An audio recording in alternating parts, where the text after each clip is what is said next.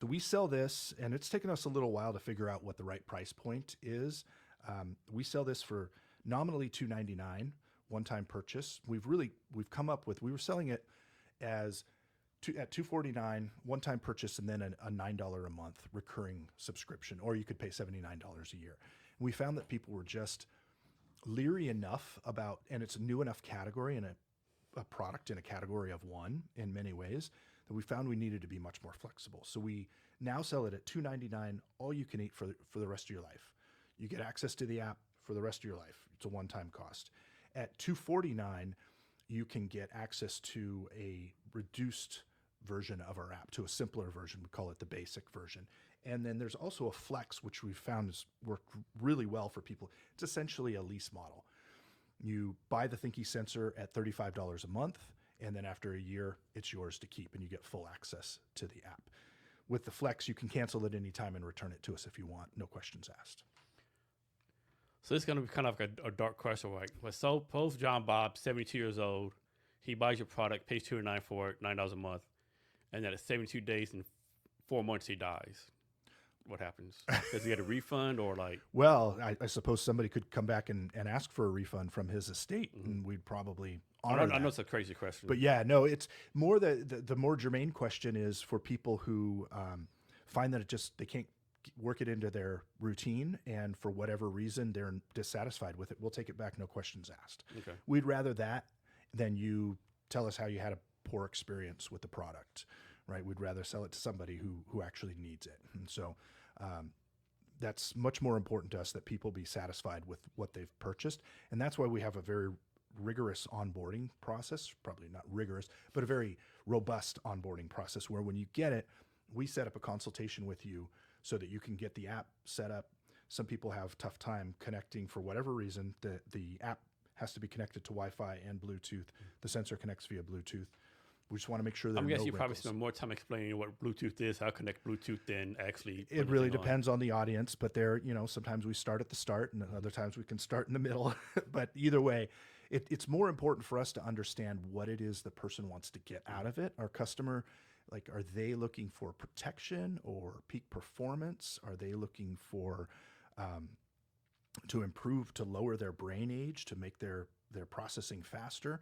And we can help guide them as to what activities they're going to want to focus on, and make sure. Then we send out reminders. If you haven't used it in a couple days, we'll send you a reminder. You can share your score with other people, whether that be a caregiver or another loved one, or just the community at large. And there is a certain aspect of this competitiveness, which in the end is kind of like gamifying it, so to speak. We gamify it, but in the end, it's kind of like bodybuilding. You can only exercise your own body. Comparing it to somebody else's only goes so far. Really, what's more important is what's the progress that you've made over the time that you've put in, and how might you improve upon that? Do you have to like follow I think it's called HIPAA rules? So our data is encrypted, and it's stored in AWS servers, and we only have access to it in the aggregate unless a customer asks us to pull down their data and share it with them. And we do have a way for clinicians. We've just recently started selling to people who do neurofeedback in their clinics. There are wellness clinics all over. I've been making calls to those in the Puget Sound area who don't have an assessment and measurement tool for cognition. For them, we offer a more robust version of our database, it's really our dashboard and the data that's there, so that they can keep track of people on an individualized basis. But they're bound by HIPAA, and we keep our hands off the data except in the aggregate, because that's what's most important to us. And so, like, post Tom Brown gets this, then he can tell you, I want my aunt to have this, my cousin to have this. They tell you who can have access to it. That would be up to them, Okay. right? That's their disclosure of their data. We're not going to give that Is to there a somebody. limit of how many people can have access to the data? We've only had people ask for maybe one or two Okay. others. It doesn't, theoretically, there's no limit, but we'd probably want to, we would put some safeguards in place to make sure that if you're opening this up to a bunch of different people, we want to make sure that that's deliberate and you know what you're like, doing. suppose Tom Brown gives his access to his wife. It's like, does the wife get some kind of password, and how's that work? So we would just create another account for them. Yeah, they would have access to the same data with a different login, or they could use the same login. It's really up to them. But that doesn't cost us anything. Okay. So moving on to something else real fast. Yeah. How did working in corporate impact you and make your entrepreneurship life like kind of better?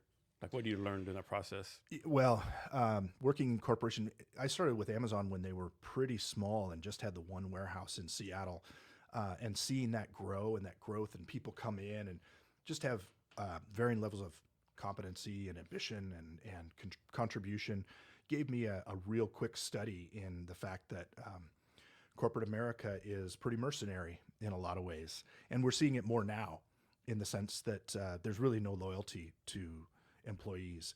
I think that's always been the case, but there was an expectation that employees would be loyal, and then it was kind of the scales fell from everyone's eyes around COVID and realized, wow, I'm not really getting necessarily a fair shake, or this isn't the deal I was looking for.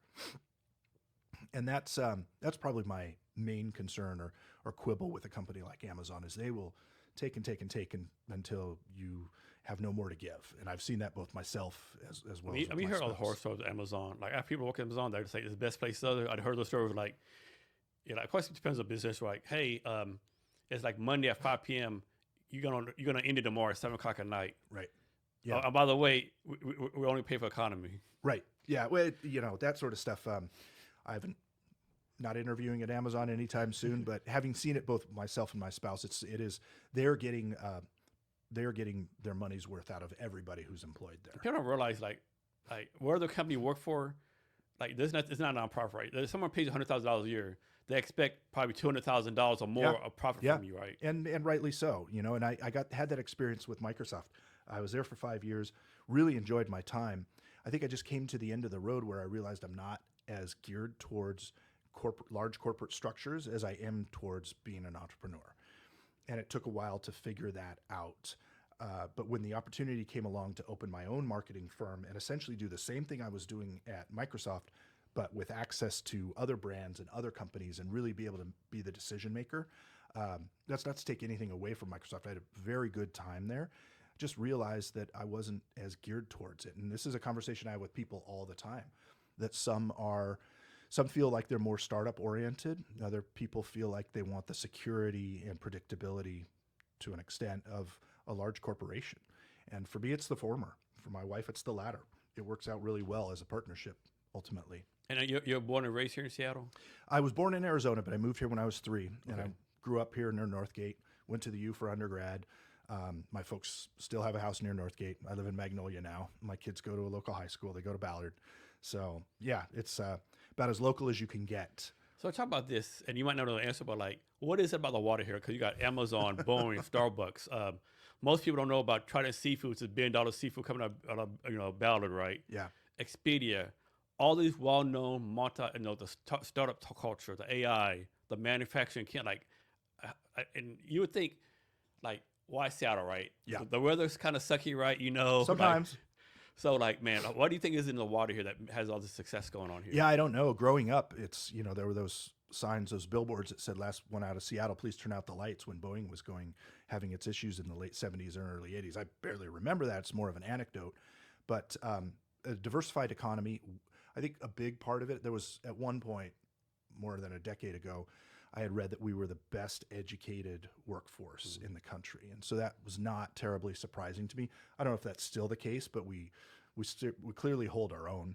So I think that's a big part of it.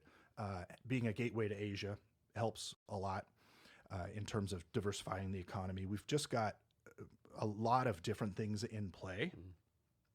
And so I think we're really resilient in a lot of ways that other municipalities, other cities are not. So random fact, I learned this recently.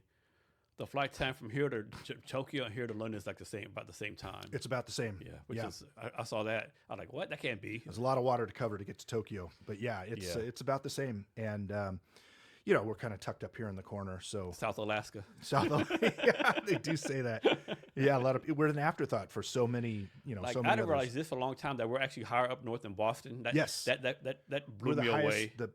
And this is the other thing. So my wife grew up in Chicago and had never used a parking brake in her life. That changed real quick, and she's like, "There's as many hills here as San Francisco." I was like, "It is the hilliest city that gets rough weather in the winter. I couldn't imagine like learning how to drive a stick here in Seattle. It's hard in the dark, in the rain, The on a ice. hill here downtown. Yeah, that would be